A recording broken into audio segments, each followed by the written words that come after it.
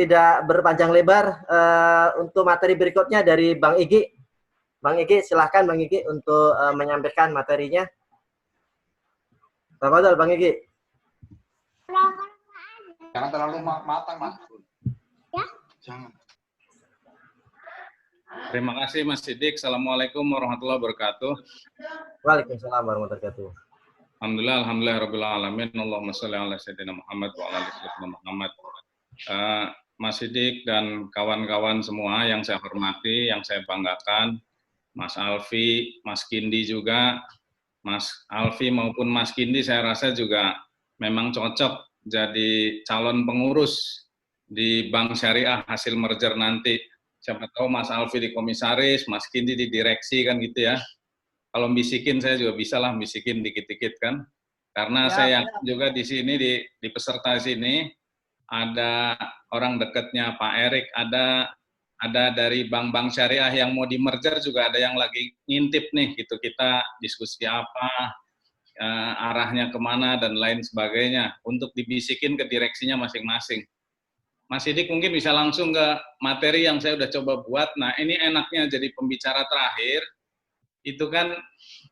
Ya Bang, ini materi saya share ya Bang ya. Ya.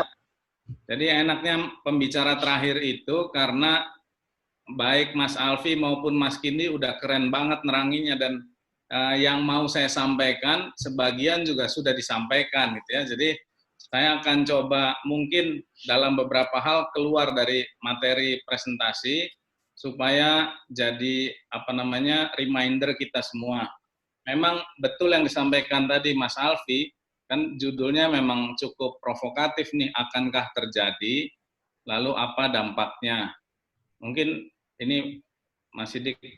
Nah, saya sendiri kan sebetulnya di sini sebagai ditulisnya tim ahli wakil presiden. Kebetulan kan seperti itu, walaupun ya opini yang saya sampaikan di sini adalah opini pribadi gitu ya. Bahwa saat ini sebagai tim ahli kebetulan aja. Nah, memang betul juga sama dengan benar kan, hingga kebetulan sama dengan kebenaran. Nah tadi Mas Alfi udah sampaikan posisi Wapres dan ya saya tegaskan di sini dalam beberapa kesempatan berdialog langsung dengan beliau memang sudah jelas bahwa beliau memberikan dukungan dan arahan ya terhadap rencana ini. Next Mas Sidik.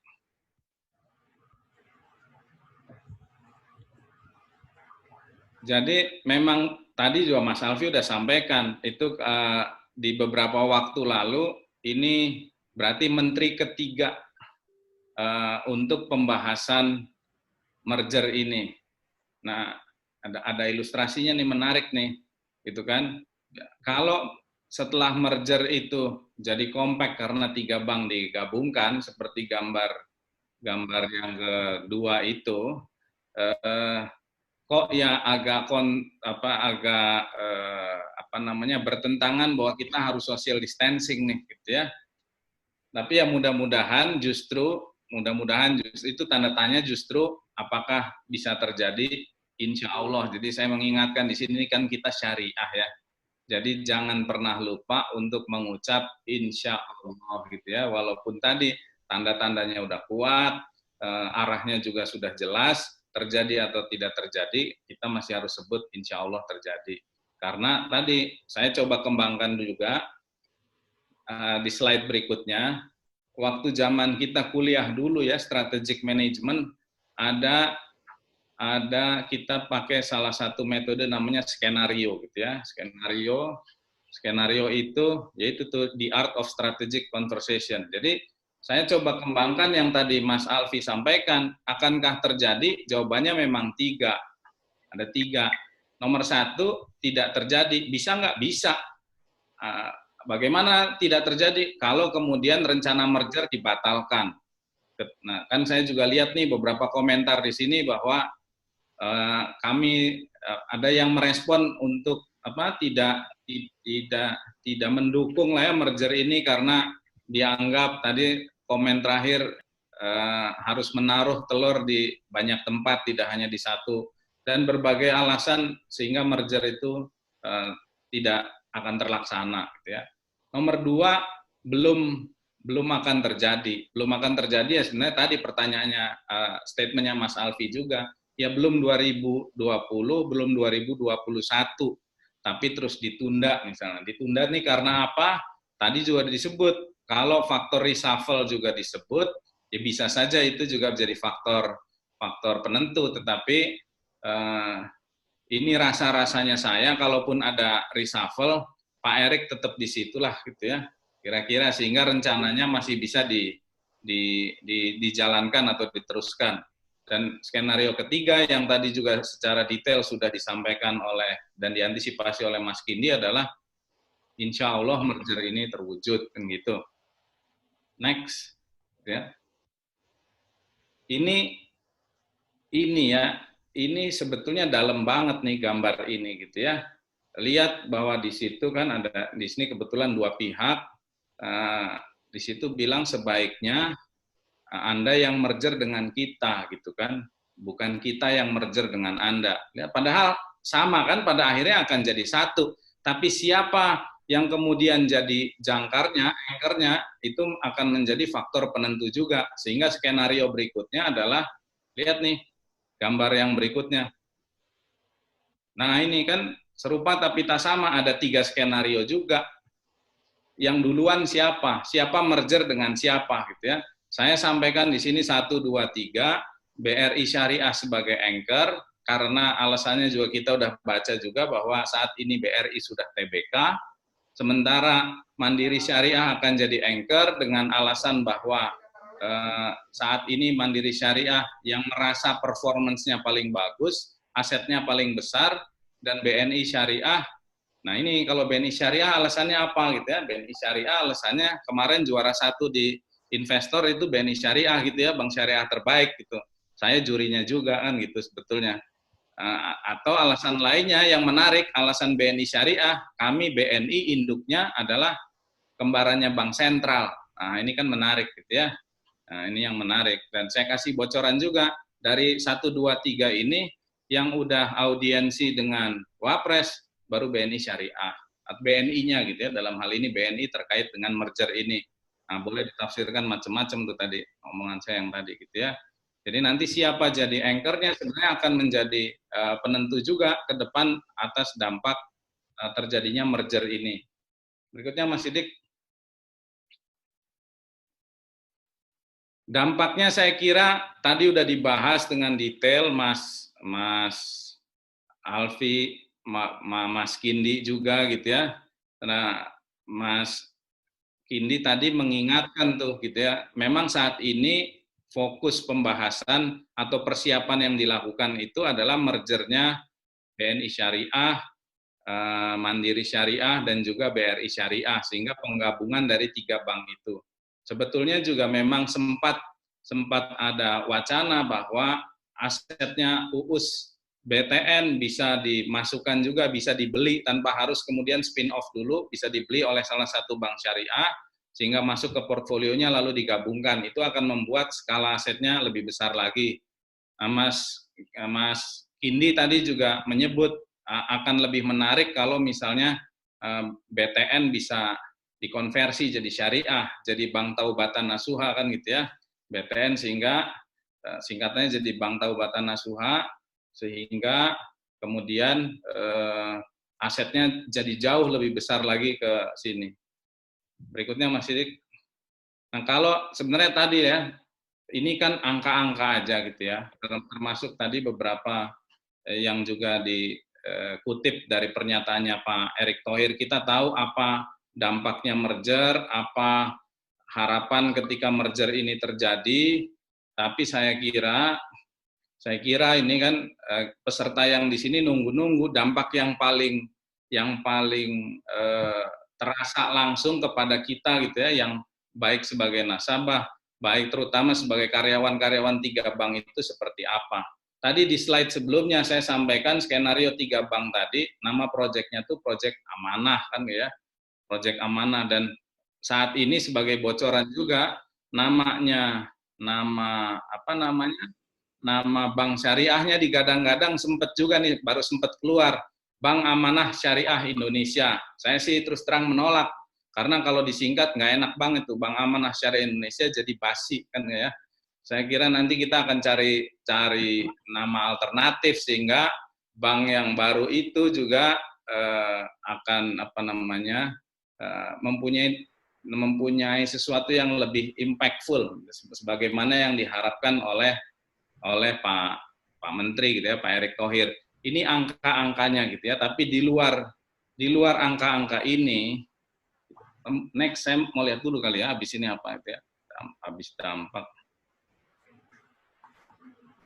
Ini udah dibahas juga lah ya gitu ya. Dampak yang lain yang saya coba ingatkan adalah ini untuk kita semua nih, ini kan kebanyakan juga aktivis syariah dari mahasiswa gitu ya. Mergernya Bank Syariah ini menjadi satu titik pengingat tentang makosid syariah. Jadi di luar tadi pembahasan secara teknis bagaimana bank ini kemudian nanti akan bergabung, apa dampaknya, tetapi yang fundamental itu harus kemudian kita ingat-ingat lagi bahwa makosid syariah tidak pernah boleh dilupakan, tidak pernah boleh kita tinggalkan. Nah, kecenderungan ini sebetulnya, sudah mulai tampak di beberapa bank syariah.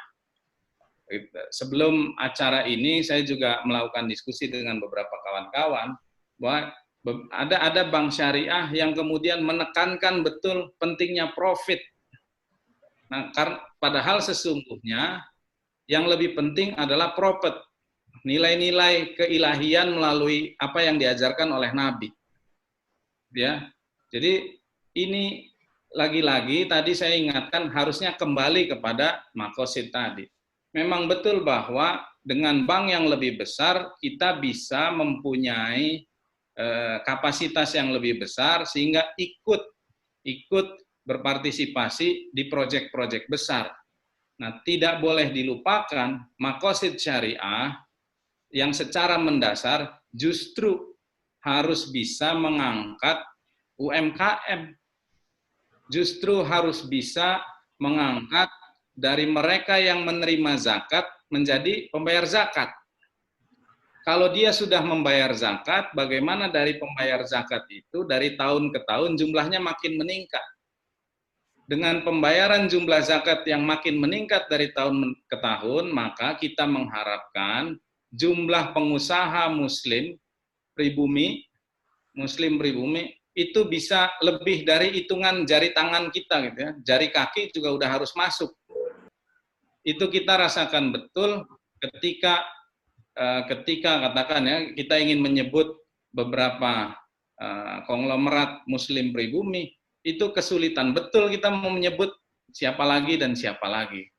Nah, kita mengharapkan justru tadi balik nih bank syariah ini baik nanti yang hasil merger tadi juga tidak melupakan UMKM.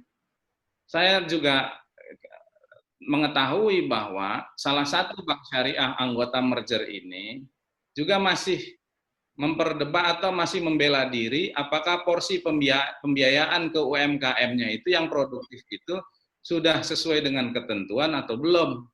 Gitu. Artinya ketika masih dicari-cari hitungannya untuk memenuhi ketentuan, sesungguhnya harus bertanya secara jujur apakah memang UMKM itu sebagai target atau sebagai segmen yang memang perlu dibesarkan dan dilayani oleh bank syariah tersebut. Kalau kemudian tujuannya hanya profit tadi, maka bisa jadi UMKM ditinggalkan. Kenapa? Karena kita tahu, apalagi sekarang ini, di satu sisi resikonya di UMKM memang besar. Dan ini tentu memang perlu dikelola dengan baik. Jadi nomor satu, saya hanya mau mengingatkan lagi makosid syariah, nilai-nilai syariah yang justru membedakan kita dengan bank konvensional. Kenapa sih kita masuk ke bank syariah? Karena kita berharap siapa tahu dengan kemudian kita itu dikatakan bekerja di bank syariah, bertransaksi dengan bank syariah, itu jadi salah satu jalan kita masuk surga. Benar nggak kan? Kita selalu berupaya menggunakan cara apapun untuk bisa masuk surga, untuk bisa kembali bertemu dengan Allah, kan seperti itu. Jadi, dan siapa tahu karena kita bertransaksi dengan di bank syariah, walaupun dosa yang lain banyak, oh ini karena jadi nasabahnya Bank Muamalat nih, oh ini nasabahnya Bank BNI Syariah nih, ini nasabahnya Bank Syariah Mandiri gitu ya. Jadi waktu ditanya man robuka, nasabah Bank Syariah Mandiri itu kesebutnya kayak begitu, oh, oke masuk surga. Bisa jadi seperti itu gitu kan. Kita coba pertahankan peluang itu dan kita coba ingat terus nilai keilahian tersebut gitu ya. Itu yang pertama. Yang kedua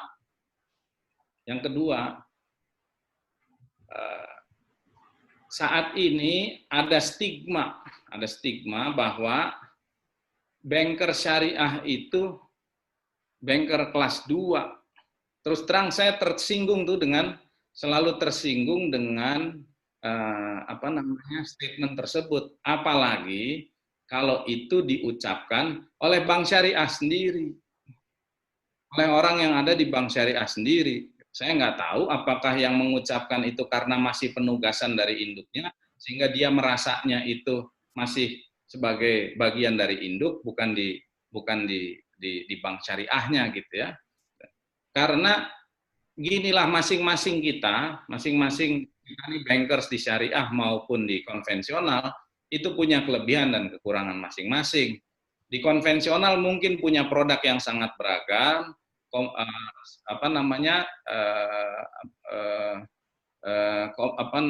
sophisticated yang memang mungkin belum ada padanannya di bank syariah.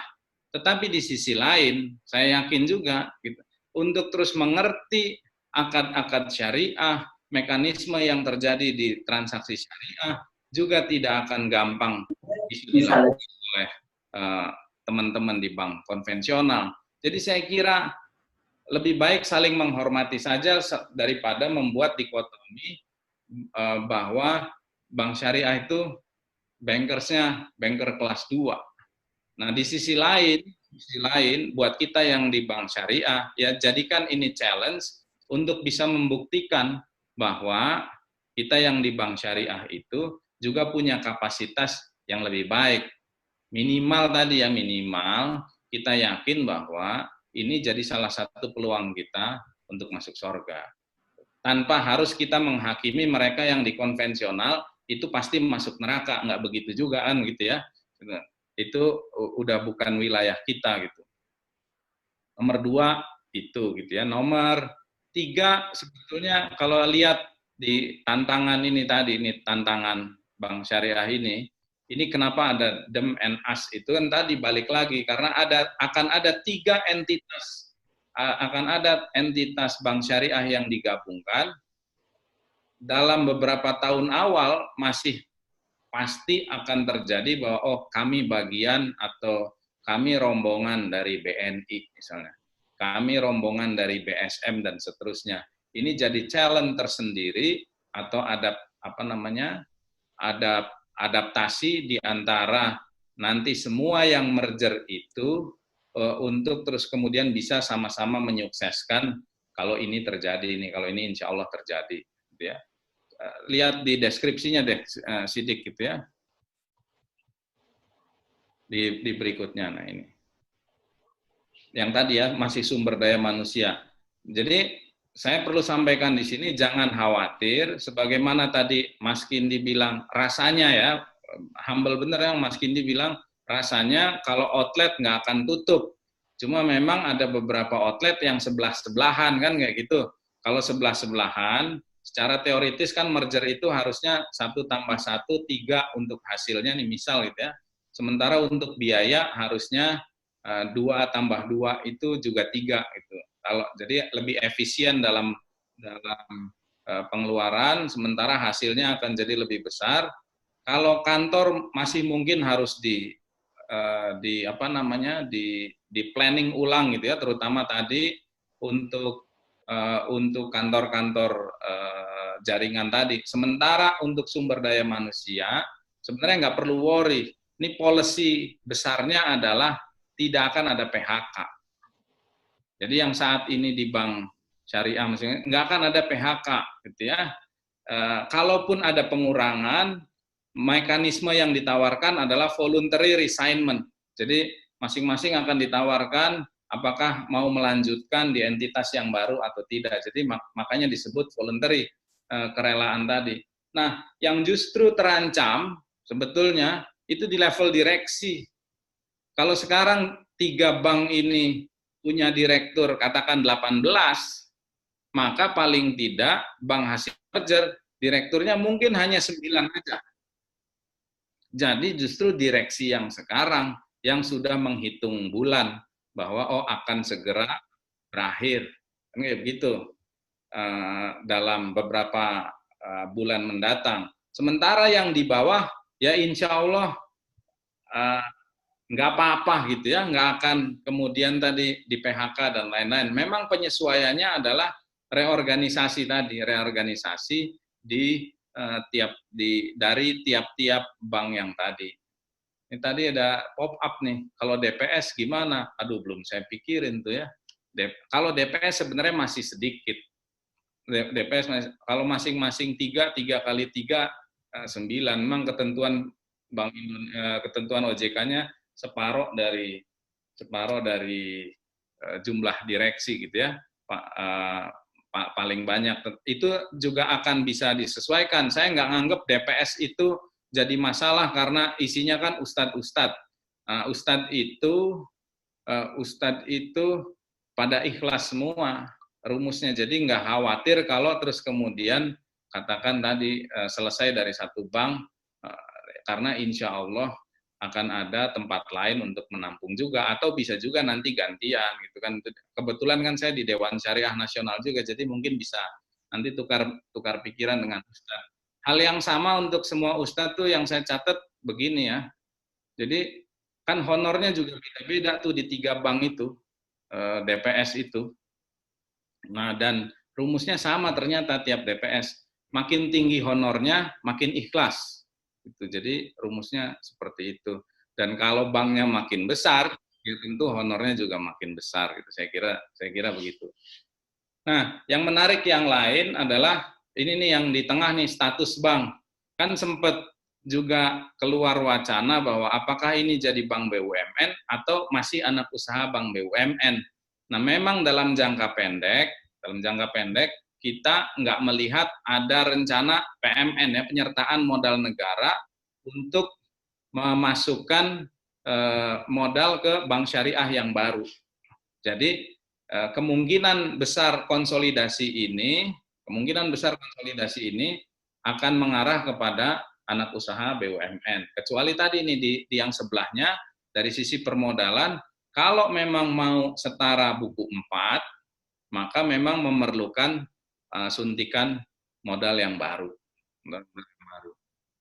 Nah, sementara terkait dengan target market sendiri, ini konsultannya udah bikin perdebatan sendiri juga. BSM dianggap ke corporate, padahal nggak begitu juga. Itu BSM saat ini justru menyampaikan lebih kemudian fokus ke segmen retail. Nah, saya kira sebagaimana yang disampaikan Pak Menteri, gitu Pak Erick Thohir, bahwa bank syariah yang baru ini bisa melayani semua segmen, bisa melayani semua pihak, dari yang kecil maupun yang besar tadi, dari proyek besar sampai ke UMKM itu tadi. Jadi saya nggak punya terlalu banyak concern untuk target market karena akan saling melengkapi dan dengan keunggulannya masing-masing itu semakin kuat. Nah, sekarang apakah pangsa pasarnya akan semakin besar? Sebetulnya tadi Mas Kindi, Mas Alfi juga udah menyampaikan kalau sekedar di jumlah memang nggak akan makin besar, tapi ada faktor tambahan bahwa memang akan membesar dalam waktu dekat kok. Karena kita tahu beberapa wilayah di Indonesia, misal Aceh, Nusa Tenggara Barat, itu mensyaratkan transaksinya pun syariah. Jadi akan ada konversi, dari produk-produk atau transaksi misal di Aceh itu kepada bank-bank syariah. Jadi untuk transaksi-transaksi tertentu akan dialihkan kepada bank-bank syariah. Tadi ya saya hanya membayangkan ya kalau BTN itu jadi bank taubatan nasuha gitu. Dan itu sebetulnya memungkinkan saja kalau kemudian ada willingness, walaupun saat ini BTN juga mengalami masalah tertentu, memang akan lebih dahsyat kalau Bank Mandiri yang kemudian langsung dikonversi jadi syariah kan gitu ya. Nah, BM-nya singkatannya kita bisa jadi bikin Bank Magfiroh gitu kan, sehingga tadi tuh udah langsung lompat gitu jadi posisi terbesar banknya di deretan atau di league levelnya bank-bank nasional maupun internasional. Tapi sekali lagi saya ingatkan, apa sih artinya ranking? Gitu ya, apa sih artinya ranking? Kalau terus kemudian kita tidak bisa mendeliver value atau makosid syariah tadi. Jadi buat beberapa pihak rasanya ranking itu bukan sesuatu yang menjadi hal yang utama. PR kita terbesar adalah membuktikan bahwa dengan bertransaksi dengan bank syariah itu memang memberikan ketenangan dan kebahagiaan lebih kepada nasabah, kepada masyarakat. Saya kira sebagai awal diskusi begitu ya Mas Sidik ya. Nanti kan mungkin kita bisa tukar pikiran lagi atau ada hal-hal lain yang mengemuka dari penyampaian tiga pembicara tadi. Demikian, Assalamualaikum warahmatullahi wabarakatuh.